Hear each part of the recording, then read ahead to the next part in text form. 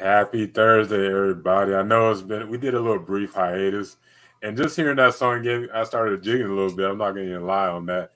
But we have a nice little show for y'all today. We're going to be talking about Tony Pollard, about the contract situation that could possibly happen. Let's not give it all away right at the beginning now. Okay. I won't do that. Yes, sir. But how's it been going, Shane?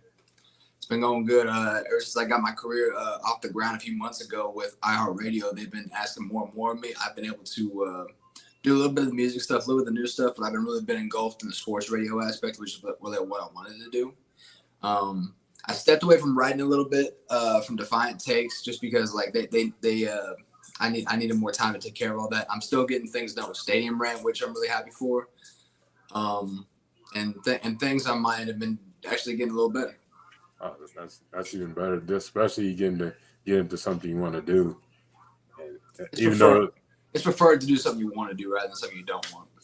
Oh yeah, absolutely. I can definitely understand about it. Sometimes you end up doing something you just don't want to do, but when you finally get to do something you want to do, it just you'll go that extra mile for it. But right. Sir, but our first section, before we get into it, I wanted to give a shout out to one of our sponsors, and that is What a Clean Solution. So you need to get your carpets clean, couches, tile, and gout, move in or move out of a house. Call What a Clean Solution, a family-owned mobile cleaning service that clean anything from small carpets to even making your car or truck look brand new. Give them a call or text at 210-790-1410 and use the promo code TNT for 5% off your total cleaning. That's TNT at 210-790-1410 for 5% off. So in the section we are talking about is Tony Pollard, who there's a deadline coming when it comes to that's my bad. To the franchise tag. I got a little tongue tied for a little bit, but the franchise tag is on Monday. But do you think that he'll get the extension, or do you think they'll wait on it? I think what happens with this extension is going to dictate just like what his future looks like with the Cowboys. And the Dallas Cowboys just got done with the Ezekiel Elliott contract.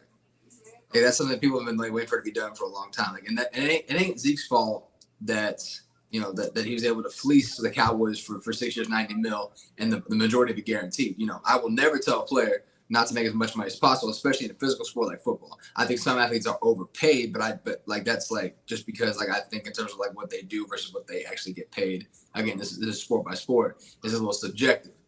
Now, when it comes to the franchise tag, he's getting paid $10.9 million guaranteed this year, contract or no contract, and that's something that will look nice on anybody. But you want the security if you're a player. You want the security of knowing I'm going to be here for a long period of time. You want that long-term extension done also if you're the front office, because if you can open up some money now, you can push it down the line. So if we look at this year's running back market, the running backs really took a dip in free agency, right? We saw players like Derrick Henry, Christian McCaffrey, Ezekiel Elliott all get over $14 million a year. Nick Chubb is at 12.5. Josh Jacobs also got the franchise tag. I think teams are recognizing now, and this is unfortunate because I don't view the devaluation of running backs the same way other people do, is that the running back position has become sort of a niche position that unless they're a transcendent talent that can do multiple things like Alvin Kamara, Christian McCaffrey, like I said, Tony Pollard's that guy also, who can be a runner out the back as well as a receiver who can do multiple things. They're an offensive weapon, then there's no way they're getting that kind of money. And even then, there's no guarantee they're getting that kind of money too. You see what the Giants have with Saquon Barkley. They're going for the same thing. And right now, unfortunately, Tony Pollard is in that weird spot of he is arguably their most valuable offensive weapon. Not most important player, that's Dak. Not their best offensive player, that's either Zach Martin or CeeDee Lamb. But their most versatile, maybe they're most important as far as just in terms of weapons. Because he's a receiver. He's a runner out the backfield. And if you need him to, he actually has return kicks, even though the Cowboys have a decent amount of returners who can go well ahead of him. But unfortunately, he's also coming off injury, and he's entering that stage in a running back's career where they start to dip. And I think you and I talked about this one time. The running back apex of their career life in the NFL is between the ages of 22 to 26. Once they hit 27, their career starts to dip downhill. Only players like Eric Dickerson, Emmitt Smith, Marshawn Lynch were able to really keep up the same pace in which they were able to play and show valuable snaps per snap, even after the age of 27. And Tony Pollard just turned 26 this year. So in theory, after this would be his last true, if you want to call him elite season. And I think what they do by the deadline is really going to dictate his future with the Cowboys. I think if the franchise tag is what he plays on, I think he's gone. Yeah, I think that's what the situation going to be. Like, I don't see them trying to try to get a contract done because he's going to try to get as much money as he can. But like you said, he's 26, and that's kind of that last prime year to see at their top peak. And like if he, and you only see, like you were saying, there's a handful of running backs that can still keep going for at least 28 to 29. And let's go into the contracts of some of the free agents that happened this year, just to give you an idea, the audience, of what the contracts were. Dave Montgomery, who signed a 3-year, $18 million contract with an 8.75 guarantee with the Lions.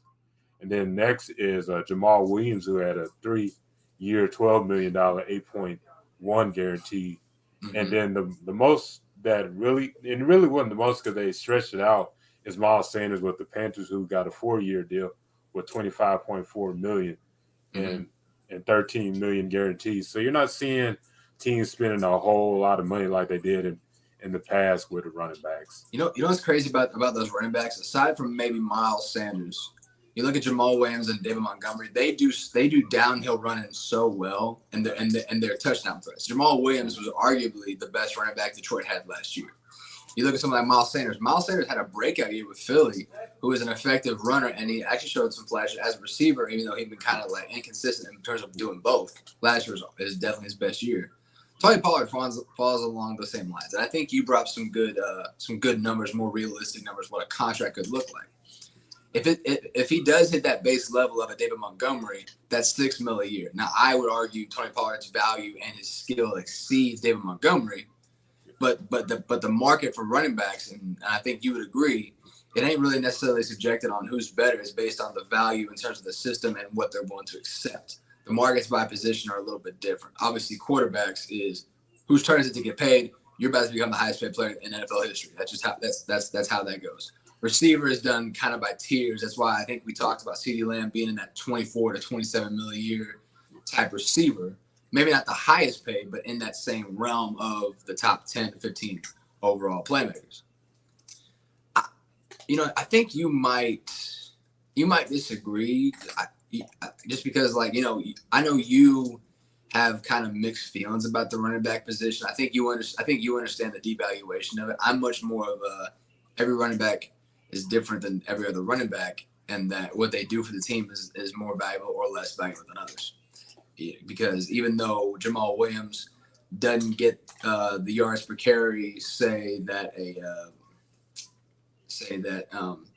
Alvin Kamara gets now that he's with the Saints, he's going to be much more of an end zone threat and a short yardage threat. And that's something they really need. That's something they predicated their offense on. Because when Alvin Kamara and Derrick Henry. Mark Henry's a different athlete. Hell of an athlete, though. Yeah. No, Mark Ingram. No. Mark Ingram. Yeah. When they had their 1-2 punch at their apex, they did some great things. Ingram was a touchdown threat, the short yardage guy, and that's what they have Jamal Williams now. Whereas Tony Pollard, he ain't really a short yardage guy. In fact, I tweeted this out earlier today. He's one of only 2 players this past season among qualified running backs to average more than 5 yards per carry and over 7 yards per reception. The other guy being Travis Etienne from the Jaguars. And so I think that his market value is going to be much more along the lines of, if we were talking about a per year basis, somewhere between 8 to 10. I think that 10.9, really $11 million mark for the franchise tag is probably more per year than he's going to get in a contract extension. I think you would probably argue a little bit less. I don't know what your number valuation would be, though. I'm still looking at the numbers, but I'm looking toward definitely a little bit more than Dave Montgomery. I would just spitball on some numbers. just a few minutes ago. I have a contract of 3 years, 21.3 as a contract. So what do you think on that realm? I'm still working on the guarantee. You gave him 7.3 mil a year, and if that was the case, you would probably have to guarantee close to all of it. Well, you wouldn't give him a fully guaranteed contract. You guarantee probably about 60-70% of that. Yeah. So like 14-15 mil. I think you're lowballing him. I think if you want him to take less money per year, you got to give him more years on the deal. And I would actually think it's going to be closer to like 3 years. If there's a deal done, 3 years, 27 mil. I'm thinking 9. I'm thinking 9 million. No, you said 7. Stick to your guns. Is it 7 or is it 9? No, I said I heard about somebody saying 3 years, 27. I'm sticking to because like he's above the David Montgomery level where $67 million a year ain't what he is. But he's not just a running back. He is an offensive weapon. He's Christian McCaffrey light. I think Christian McCaffrey is probably right now in today's NFL the best overall running back in the league. There's different running backs who can do better things, but in terms of like what he can do on a collective total, I don't think there's any running back better. Tony Pollard, to me, is in that same classification of being a threat out the backfield as a receiver and as a runner. There's not necessarily between the tackles. Because even then, the offensive line, we still have questions about that to where we didn't even want him to go inside the tackles. I feel like that's more Malik Davis, Ronald Jones territory. But I value him as more of an offensive weapon, not just a running back, which is why I thought that 9 mil per year was much more fair, especially as the running back market is in a decline. Do you think it's more on the decline of the pure running backs and it's kind of more transitioning into more, like you were saying, the more one that can offer you value as a receiver, and maybe they can last longer in the league due to the fact that they're not taking as much of a toll on their body like those pure runners that are constantly getting banged up by a linebacker or a defensive lineman? The only running backs I think that have the longevity value. Sorry, I don't have it in my camera. Are you good? The longevity value in their deals would be those Swiss Army backs. You see someone like a Darren Sproles who played for over a decade, but he was a receiver. He was a third down runner. He was a returner. He was never a 200 plus carry a season kind of running back. He was a guy who you did multiple things with, and even though he never made world breaking money, he made good money for a long time because he was never on the field enough as a running back to take the hits that come with the position. Yeah. And Tony Pollard hadn't done that either. Just last year was the first time he had more carries than Ezekiel Elliott. But he's also a season coming off an injury, and that could also be a career killer for a running back. I think that's why he wants to make his money now, because he knows that vacuum of making that kind of money is very limited. And that's what we talked about. We've been talking for months about of the 4 guys who are eligible for contract extensions: Trayvon Diggs, CeeDee Lamb, Terrence Steele, and Tyler Biadasz. Who was going to get that deal first? What is the priority? Which player doesn't make more sense to pay now more than later?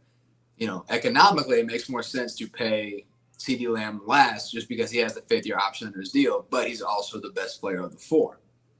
Yeah. In terms of team building, if you want to keep all the guys, it makes more sense to pay either Biadasz or Diggs first, tag the other, and then let CeeDee Lamb play out his rookie contract, and then potentially let Steele walk if he can't even come back from injury to beat Tyron Smith. That's a whole different conversation when it comes to running backs. Tony Pollard, his deadline for a contract extension is coming up, whereas the other ones really have a little bit more time to negotiate. We're coming to training camp. Training camp is where all these deals get done.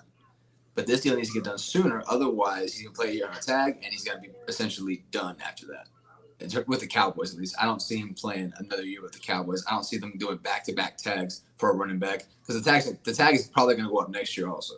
All right, and then maybe. And then it just takes another chunk out of the cap, and it's just might well keep him or just move on. And I'd rather just see if he has another good year, try to get him to that contract where it kind of helps you with saving money. But our next section, and this one is brought to you by our second sponsor, SeatGeek. Life's an event. Yes, sir. We have tickets, concert, games, shows, and more. Use promo code all capital letters tacos touchdown and get your 20% off your first purchase. SeatGeek, a ticket for every fan. So 20%, y'all. You can't get that with these other shows. Those are basic shows. We are above basic. We're regular. Yes. We give you the best discount. Come on now. Yeah, that $20 off it goes a long way for sure. I know Jess Navarez, who recently got added on to Pro Football Talk. I know she's watched. I know she could use that if she were ever to try and do another Eras Tour concert for Taylor Swift. 20% off goes a long way. Yes, sir. Hey, congrats to her getting that new job for that new career. Friend of the show. Yeah, we're super happy for her. Absolutely. So we have training camp in a matter of 2 weeks. So I want to go into what two battles, one on offense, one on defense, are you looking at? And the one I'm looking at is we're sticking on running back. Who is running back two? We literally have three guys. I call Deuce Vaughn as the third guy. I think he's going to develop. He's going to be in the part of the offense, but mainly on special teams. So the three guys I'm looking at is Ronald Jones, Malik Davis, and Rico Dowdle. And just to give people what Ronald Jones was last year for the Chiefs, it was little to nothing because you had Jerry McKinnon and Isaiah Pacheco, who were the two running backs that were getting the major yardage. Ronald Jones had 70 yards and a touchdown last year. That's not really saying much. His best year was in 2020, where he had 978 yards and he averaged 5.1 yards, but that was 3 years ago. And when you look at him, he kind of brings that same value, but not the same volume as Ezekiel Elliott. He can pick up the blitz. He can get those short yardages. But the main thing is he hasn't been consistent. And that's like the biggest weakness is you got to look for that consistency. If you're inconsistent, they're going to go to the next running back. And that next guy, I think, who I highly value that's Malik Davis, who showed in those 161 yards and 4.2 yards to carry and a touchdown. He was a backup in Florida behind the Damian Pierce, who plays for the Texans now. He showed that he's a north and south type of runner that plays with power for a running back of his size. And the thing is, he just haven't had the opportunity to get any more yards because he had a Zeke. But I think he could be that possible running back too. And then last time, I'm just going to keep it short. We showed it. You've seen Rico Dowdle be a special teamer and a returner a little bit in 2020, but he hasn't played in the last 2 years. And the best ability is availability, and we haven't seen that with a guy like Rico Dowdle. Okay, so I disagree with you 100% about running backs, just because if we're talking about the devaluation of the position, like you just try to point out, then I don't see how you can value that competition as anything more than just for show. We know Deuce Vaughn and Tony Pollard are going to be the two primary running backs. You know, Deuce Vaughn, ain't really guaranteed a roster spot. He was arguably everyone's favorite draft pick as a 6th-round pick, which is crazy. But it's also because the running back free agent market is fine. If they decide like, hey, we just want Tony, we just want our fullback Hunter Luepke, we just want Vaughn, we want a fourth guy. You know, Zeke's still on the street if they want to bring that back. Dalvin Cook's still out there looking for a deal. Leonard Fournette, Kareem Hunt, J.D. McKissick, even like people like Rex Burkhead and Mark Ingram and Giovanni Bernard, who are all like, past 30. Actually, I think Gio actually might retire. But the running back market for like a second option guy is fine to where I'm okay with that. If I'm looking for competition, I'm looking at a position where I know the free agency market is kind of limited, and that's left guard. That's the one position on offense we don't have a set starter at. Going into OTAs, we saw players like Chuma Edoga and Matt Farniok being the primary benefactors of getting the left guard snaps, especially with the first team. And it looks like Matt Farniok has an early edge coming out of OTAs. Once again, it's super early, but I was high on him after preseason last year. He showed a lot of power, especially in the running game. Showed a little struggles on the passing game, but he showed just why is the Cowboys took a 7th-round flyer on him in the 2021 draft. We're also hearing apparently that Matt Waletzko, the really, really talented 5th-round pick last year at South Dakota State, he's been getting a lot of snaps at tackle. He might get looked at guard also because he's beaten Josh Ball, who just can't seem to find a position. And honestly, from a personal standpoint, I'm happy that he can't find a position. I was disgusted by his story. I'm disgusted that it seemed like he just pretty much ignored what he was accused of. You can look it up if you don't know what I'm talking about. Also, 5th-round pick of Sam Richards. There's a lot of potential with him. as a pass blocker, run blocking is kind of up in the air. We talked about our guy TJ Bass out of Oregon, who is a plug and play type left guard, but is really a developmental project type guy. But he is a pure guard, super powerful base, really, really good in the run game. So I think they're gonna have options at left guard that's gonna really intrigue me in terms of not only the depth. Not only the start, but also the depth, how they circulate that. Running back to me, unfortunately, doesn't do anything for me because there's guys on the street who I think could come in and take over as Tony Pollard's backup guy. We don't need a starter. For his left guard, we do need a starter. So sorry, I don't agree with you at all, and I'm unapologetic about it. I get you. Just going into Josh Ball, he does give a bad example for the Ball last name. That is my last name, and I do not approve of having him on the team. Tell your brother he needs to man up on that. I don't know about brother, maybe like a cousin twice removed. He's from the other side of the family. I got you. Yeah, we'll leave it at that. But I get what you're saying. I'm just curious what running back will step up. I know there's going to be like running backs that out there that could actually step up at running back too. But I honestly would like to kind of keep it home base and see which running back will come out, because I would love to have a Dalvin Cook, but I would like to see if Malik Davis could take that next step and be that backup rotational running back. But my second, we'll get to defense now. And on defense, the two I'm looking at is I'm going to go to the defensive line. There's two guys. I think one's on the fringe, and I think this guy's on the come up when it comes to the rotation. That is Chauncey Golston versus Neville Gallimore. Chauncey Golston brings the versatility, being as a 3 tech, and then he can be a big edge, and he's an asset to the run defense. And on the other side, you're looking at another third rounder in Neville Gallimore, who basically fell out of the graces with the coaching staff. Came to training camp overweight. Yes, he had more tackles than a Chauncey Golston, but it just what you didn't get to see the defense tackle you wanted to look at as a third round defense tackle. But when it comes to Golston, he had a really good game against the Redskins. Commanders. I can't say that. You don't get the show taken off Spotify. Yeah, that's my bad. I slipped up on that one, but we ain't got no censor button. Yeah, I need to work on that censor button, because I'm gonna slip and do that, and especially if we have some Commander fans on there. Got to make sure I get that together. But yeah, I just think Chauncey Golston will have the edge just due to the fact that he brings versatility to the defensive line, and that's what Dan Quinn looks for to all in his defense is versatility. And then you did see Neville Gallimore play some 1 tech and 3 tech, but I just overall think Golston is going to have the edge over that. Maybe I'm wrong when it comes to training camp, but I think your rotation will be, of course, Osa and Mozzie and Hankins, and then I think that fourth guy would be Golston. And yet they do hold a fifth defensive tackle, but I'm not going to give the third round guy that you are hoping to be that fringe starter to be the fifth guy, and now you just drafted a Junior Faoka who is similar to what you got into a Colston. I think those would be your 5 guys, and that's my competition when it comes to the defense. No, I agree with you about Chauncey Golston, because especially we knew what he was as a run defender. He was one of their best run defenders on the defensive line, but his best asset as a pass rusher was actually going inside as a 3 tech.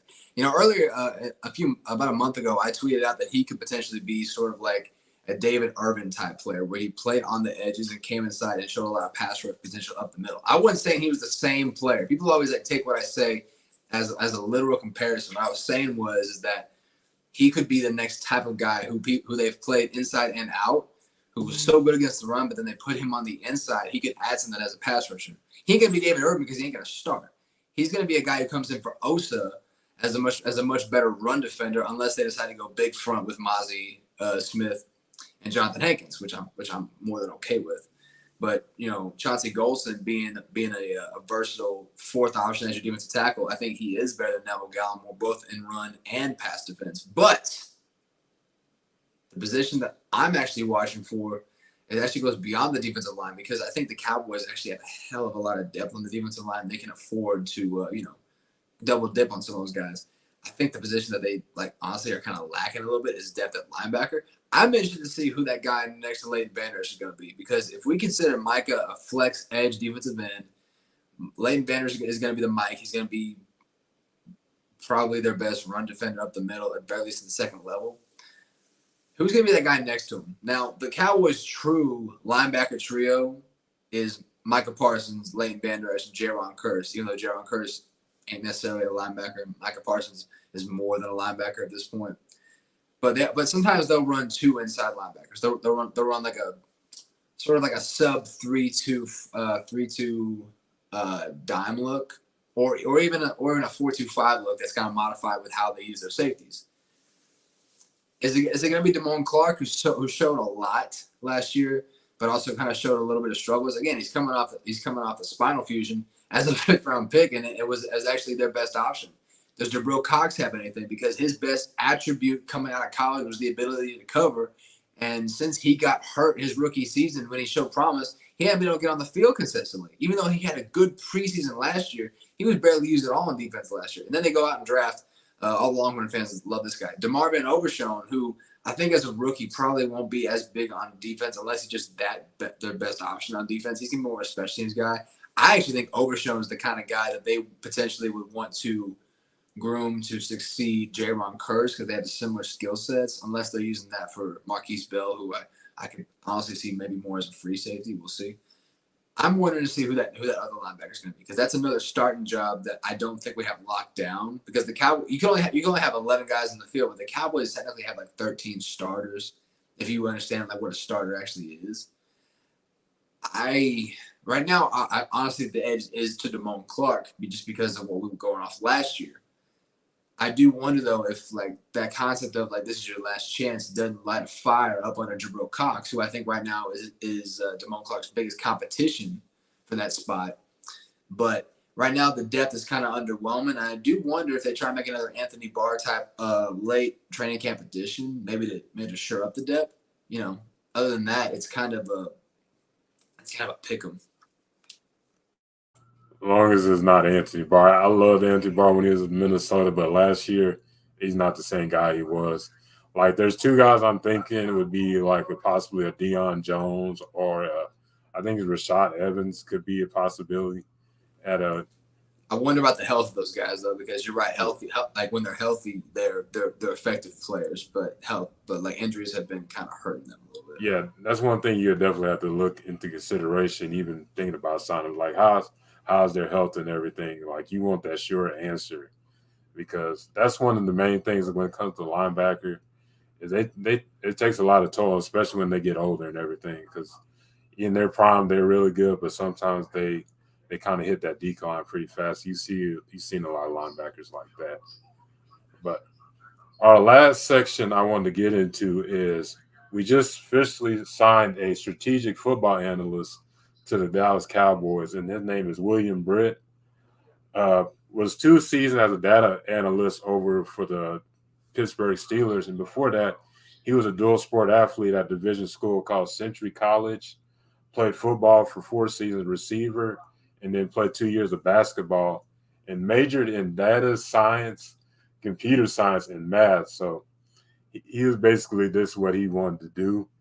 And the guy, I think, graduated us a couple years ago, so he's in his mid-20s. So I wanted to ask you, what are your thoughts on like seeing teams now hiring the guys that are in the analytics of the field? Because I know it's been going on for years, but now it's kind of evolving more into the football now. Well, I think it makes sense that a Pittsburgh guy like Mike McCarthy would go out and sign a guy from Pittsburgh like William Britt. I looked this up because Pittsburgh's been one of those teams that's been kind of criticized in the analytical world of not really embracing modern day analytics, just because they believe in the much more traditional ball style. While they've adapted some modern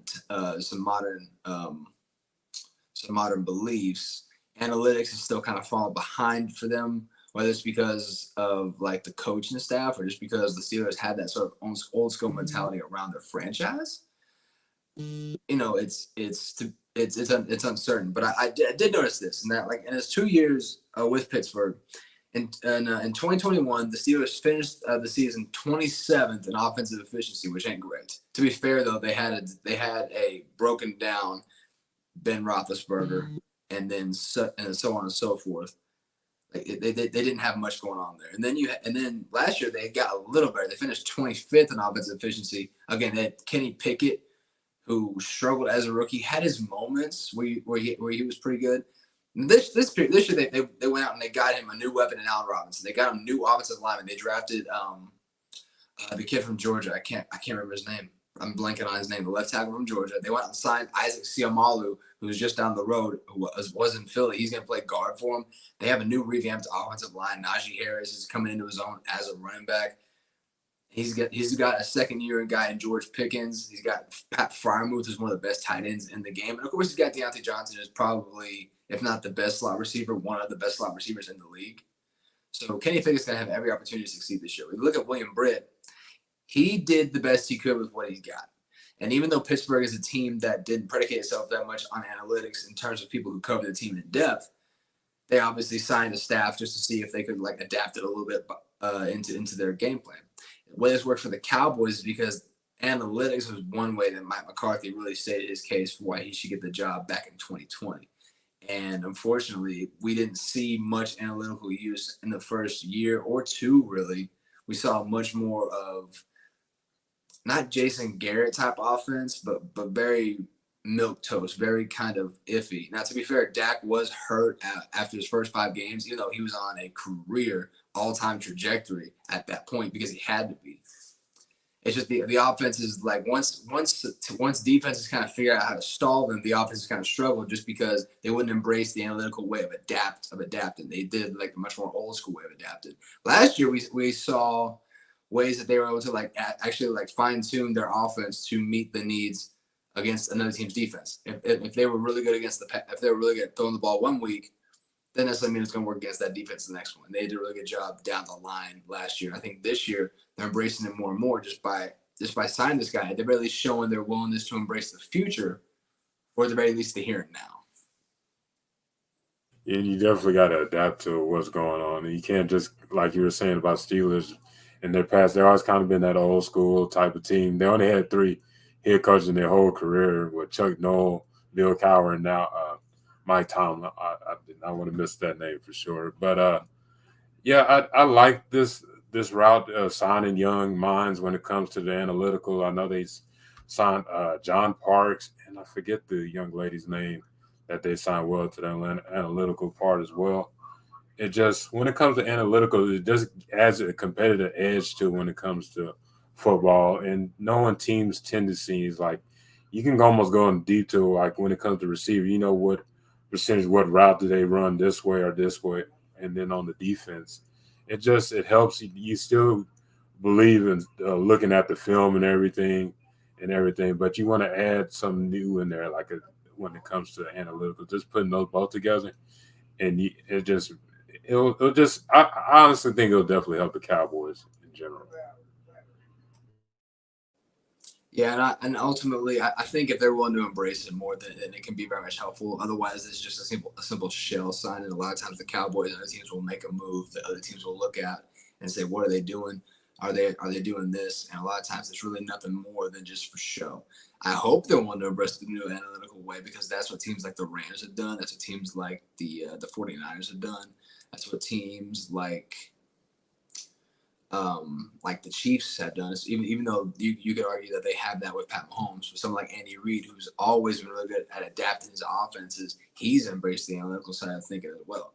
And with the team that they have right now, and the depth they have, and the way the NFC looks, they are primed right now from last year up until maybe next year or the year after as their true Super Bowl window in terms of the least competition offensively that they'll have for a few seasons.